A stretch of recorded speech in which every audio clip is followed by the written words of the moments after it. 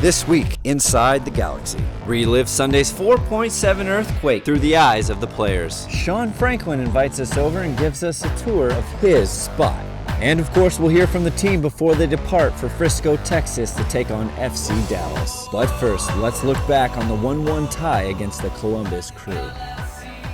It came in and you sort of set yourself up knowing that, if the ball pops out, you want to be in a good spot. And, to be honest, it came out so nice for me. Everybody was inside. Nobody was, really rushing to close me down. So I had plenty of time. It sat up nice and really the main thing is I didn't want to rush it. I wanted to make sure it fell properly, and I just got it on frame, and luckily just struck it really clean, and was enough in the corner to stay away from the keeper. We need to find a better combination of players to get our attack a little bit better. But we've gotten better each and every game. I think we're getting close to where we want to be, but we got to get over the hump and start winning some games. Hello Galaxy fans, I'm Troy Barty with LAGalaxy.com. As you know, Sunday's draw against the Crew stretched the team's unbeaten streak to 7 games. Later that evening, a 4.7 earthquake struck the South Bay. Let's find out what the guys were doing. First, we live on the ground floor, and at first I thought it was people upstairs like banging around. So I looked up, and then it got louder and louder, and then the whole building started to shake. And Johan was actually in the kitchen with like pans and pots, and he was like maybe falling over. So it was a funny experience. And my parents were in town too, and none of us had ever been in an earthquake. And at first it was pretty bizarre. I had no idea what the hell it was, and I got really scared, and then I started laughing, and then I was just kind of lost. I didn't know what to do, or like if something bad was going to happen. It was definitely a pretty unique experience. And I just felt the rumbling, and what goes through my head is, this could be the big one, because growing up here, you're kind of expecting it at some point from everything you hear from the media. So. I kind of just sat in it for a minute, tried to call my dogs. One of my dogs was upstairs, couldn't get them downstairs, so got the 3 that I had and kind of shoot them outside so we could stand outside, and then it kind of subsided. But it was pretty scary, and I wasn't here for the Northridge one, so that was the biggest one I've ever felt. I felt it, I was with the guys at the beach, and I was walking my dog and shook something, it was the first time, so it's kind of scary, My dog got scared, jumped on me, I didn't know what it was at first, but then I saw people start talking. The guys told me it was an earthquake, It's the first time, but first time for everything. I would agree with Landon. That too was the biggest earthquake I had ever felt. A few days later though, Sean Franklin was nice enough to have us over for this week's first installment of Spots. What's up everyone, welcome to my spot. Just want to give you a little tour of how I live. Alright, first, we'll go to my living room. This is where I spend most of my time. These couches, very comfortable. I catch myself on here eating, my computer, playing video games. Most of the time I just like to post up and relax after practice. Let me take it on to my kitchen. I like to fix food, cook a little bit, make a little dinner every now and then. This is my fridge. It's a little empty, just got done cleaning it out. But I got the basic stuff, some milk, punch, cranberry juice, gotta have cranberry juice. My pantry, hold on, I got a phone call real quick. Hey babe, can I ask you for a huge favor? I'm filming that the thing Spot right now, so can I give you a call back? This is my pantry, not a lot of food in here, because like I said, I gotta get groceries. Gotta have Aunt Jemima pancake mix, the best. Goldfish, crackers, pasta.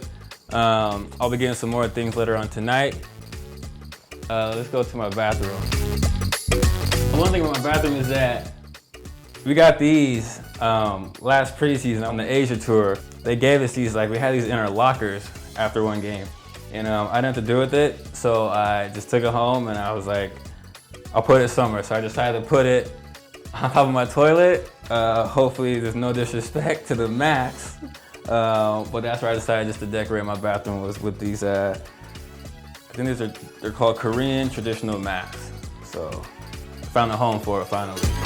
My closet, everyone talks about it. As you can see, a lot of shoe boxes, dress shoes, Nike shoes, some sandals there. And, one thing I do like is this robe. I got this robe for Valentine's Day. for about a week straight. I wore it. I wore it around my girlfriend's apartment. I wore it to the store, 7-Eleven, in the car, wherever, because it was so comfortable. Haven't worn them much lately because, if you know, it's the summertime, it's like 100 degrees. Let's take a look at my room. Although I've gotten rid of a lot of Nike stuff and given away to like friends and family, I still had a lot of stuff, so I want to get a drawer just for Nike stuff. So I have socks, dry fits, I got shirts, shorts, all in this dresser. In here is my diploma from CSUN and my degree.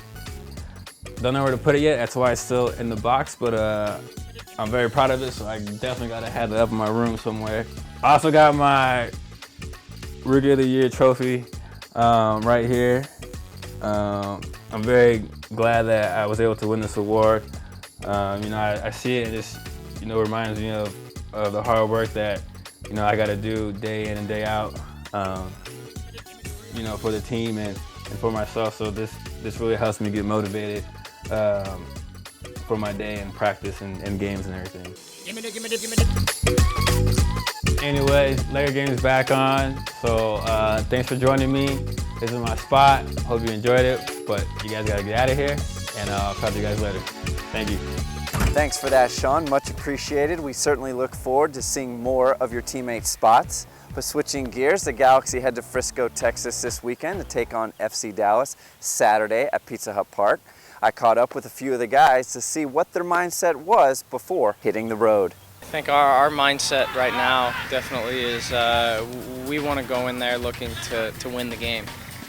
We've shown definitely that we have the ability to stay in games, to come back from a deficit. Now we want to go in and try and hopefully get a lead in one of these games and see how we can do playing from in front. Looking for a win, and we're looking for a win, and we're not losing, but we're not winning. So it's not bad, but it's not good enough. We need 3 points. We can't tie all the games. We need some wins, and we're playing better, I think, defensively especially, and just now we gotta start getting better on the other end of the field, attacking wise and scoring some goals, because it's the name of the game. If you don't score, you don't win. So we got to get better at that. The feeling of losing is always difficult to handle, and it's good that we haven't had that in a while, but we feel like we're giving away points. And as bad as we played Sunday, we were still in the game in the second half, and unfortunately had a bad mistake, and we're chasing the game again. But we feel like we should be winning some of these games, and even if we won 1 or 2 of these games, we'd be right in the mix, if not, probably second place in the West. Dallas, has been struggling lately, and we've been struggling to get wins, and so we'll see what happens.